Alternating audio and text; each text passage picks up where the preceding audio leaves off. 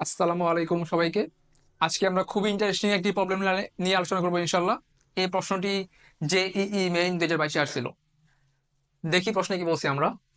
Two identical metallic spheres of A and B placed at certain a distance repel each other with a force F. তো দুইটা ধাতব গোলকের কথা বলা হয়েছে, একটা হচ্ছে এ, একটা হচ্ছে বি। তারা একটা সার্টেন ডিস্টেন্স দূরে অবস্থান করতেছে, যেটাকে নাম দিলাম হচ্ছে আর। এবং বলা হয়েছে তারা হচ্ছে আইডেন্টিক্যাল। খুবই গুরুত্বপূর্ণ ওয়ার্ড। আইডেন্টিক্যাল মানে হচ্ছে তাদের ভর, তাদের উপাদান, তাদের চার্জ ধারণ ক্ষমতা সবকিছু হচ্ছে একই রকম। তাদের সবকিছু হচ্ছে একই রকম, অবিকল এক। ঠিক আছে। Another identical uncharge C. তো সি গোলকটাও কিন্তু আইডেন্টিক্যাল, মানে সবকিছু এক, বাট এইটা হচ্ছে আনচার্জড। তো সি এর চার্জটা হবে হচ্ছে শূন্য। সি এর চার্জটা হবে শূন্য, বাট এই দুটা চার্জ হচ্ছে শূন্য না। কারণ প্রশ্নে বলছিল রিপেল ইচ আদার, বিকর্ষণ করতেছে। সো এটা যদি প্লাস কিউ হয়, এইটাও প্লাস কিউ হবে। যেহেতু তারা আইডেন্টিক্যাল, তাদের চার্জের মানটা সমান হবে। কিউ হলে এইটাও কিউ। ঠিক আছে। এটা যদি কিউ হয়, এটাও কিউ। ওকে।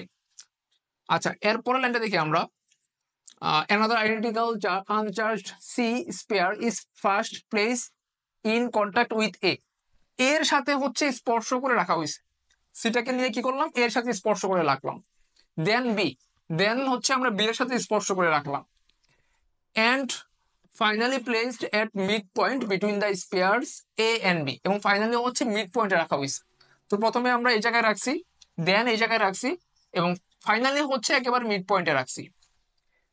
এবং লাস্টে বলছে the force experienced by sphere C. তো সি গোলকটা কি পরিমাণ লব্ধি বল ফেস করতেছে ওইটা বের করার জন্য। তো আমরা হচ্ছে স্টেপ বাই স্টেপ আগাই। তো আমরা প্রথমে বের করে নেই যে আমাদের ফোর্সটা কত হবে। ইনিশিয়ালি ফোর্স কত ছিল, যখন আমাদের সি গোলকটা ছিল না তখন ফোর্সের মানটা কত। তো তড়িৎ বল নির্ণয়ের ফর্মুলা আমরা সবাই জানি, F equal to 1/4 pi epsilon naught, অথবা জাস্ট এটাকে আমরা সি দিয়ে নামকরণ করতে পারি, Q1 Q2 divided by R square. Q1টা হচ্ছে কিউ, Q2 হচ্ছে কিউ, দূরত্বকে আমরা আর দিছি, so divided by R square. So আমরা পাচ্ছি F equal to C into Q square by R square. এখন আমরা এই যে স্টেপ বাই স্টেপ আগাবো। যেমন আমাদের ফার্স্ট স্টেপে যদি আমরা চিন্তা করি, আমরা হচ্ছে এ গোলকটাকে সি গোলকের সাথে স্পর্শ করে রাখছি। এটা এ গোলক, এটা সি গোলক। তো যদি আমরা এটাকে স্পর্শ করে রাখি, তাহলে দেখো তোমার এ গোলকে কিন্তু চার্জ ছিল হচ্ছে কিউ পরিমাণ, এবং সি গোলক ছিল আনচার্জড, মানে চার্জ ছিল না, শূন্য চার্জ ছিল। যখন তাদেরকে আমি স্পর্শ করে রাখবো, তারা হচ্ছে সমান আধান বিশিষ্ট হয়ে যাবে। তারা হচ্ছে সমান আধান বিশিষ্ট হবে, যেটা আমরা বের করতে পারবো আমাদের এভারেজ চার্জ। এভারেজ চার্জটা যদি আমরা বের করে ফেলি, ওইটাই হচ্ছে আমাদের এই দুইটাতে হচ্ছে বন্টিত হয়ে যাবে, যেটা হচ্ছে কিউ/2। কিউ/2 তার মানে কি, তার মানে হচ্ছে এ গুলোকে চার্জ হয়ে গেছে কিউ/2, আবার সি গুলোকেও চার্জ হয়ে গেছে কিউ/2। এর যে মোট চার্জটা ছিল, এটা হচ্ছে এখন দুইটাতে সমানভাবে অবস্থান করতেছে। সো এটা হচ্ছে আমাদের স্টেপ 1, এটা আমরা করে ফেলছি। এরপর আমরা কি করছি, এরপর আমরা এই সি গোলকটাকে নিয়ে বি গোলকের সাথে কন্ট্যাক্টে রাখছি। বি গোলকের সাথে কন্ট্যাক্টে রাখছি। বি গোলকের চার্জ কত, কিউ। সি গোলকের চার্জ কত, কিউ/2।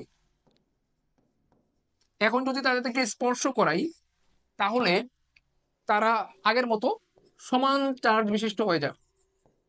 যেহেতু এটার মান বেশি, এটার মান কম, সো কিছু চার্জ হচ্ছে এটা থেকে এটাতে চলে আসবে, এবং তাদের মধ্যে সমান চার্জ অবস্থান করবে। সো আমরা যদি এটা বের করি, তাহলে 2Q plus Q by 2/2, so 3Q/4।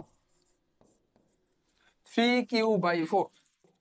তার মানে দেখো এইটাতেও তোমার চার্জ হয়ে যাবে হচ্ছে 3Q/4, এবং সি গুলোকেও চার্জ হয়ে যাবে 3Q/4।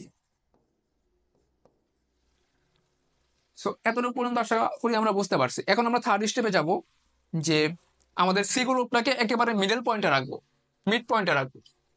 তো আমি চিত্রটা আবার একটু আঁকি।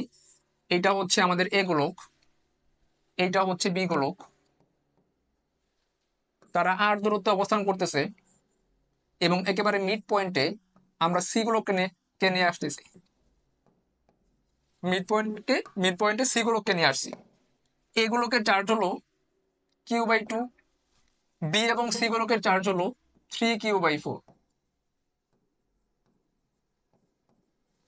এখন আমাদেরকে বলছে the force experienced by sphere C, C গোলকটা কি পরিমাণ ফোর্স ফেস করতেছে, এক্সপিরিয়েন্স করতেছে।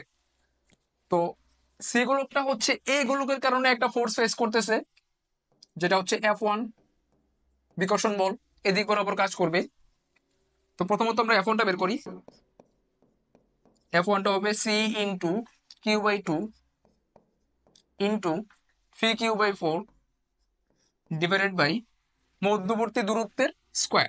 মধ্যবর্তী দূরত্বটা হবে R/2, R/2, যেহেতু পুরোটা দূরত্ব আর এবং এটা মিড পয়েন্ট, সো এটার ডিস্টেন্সটা হবে R/2। তাহলে উপরে পাচ্ছি 3Q² ডিভাইডেড বাই 8, আর এটা হচ্ছে R²/4।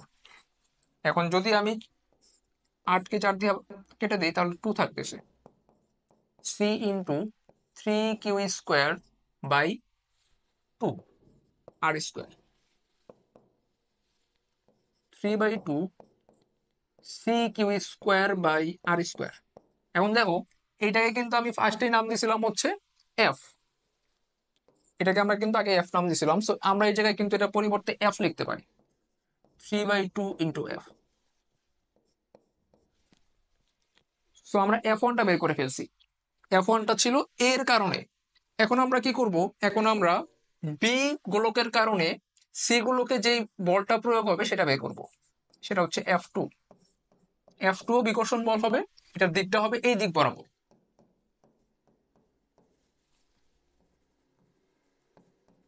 দুইটাই হচ্ছে 3Q/4, বি এবং সি।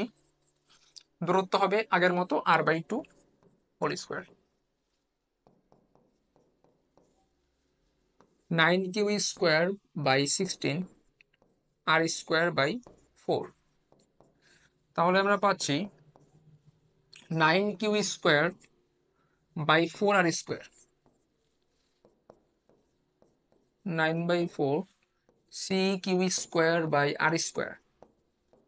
সো এটাকে বলতে পারি 9/4F। তো দেখো এখন আমাদেরকে হচ্ছে লব্ধি বলটা নির্ণয় করতে হবে।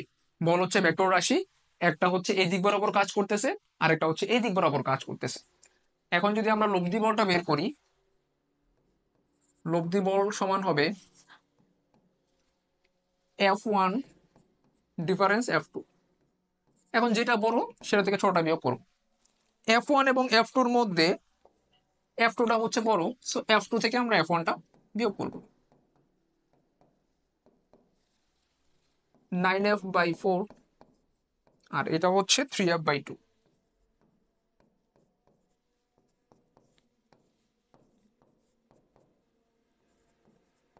সো আমরা দেখো পাচ্ছি 3F/4।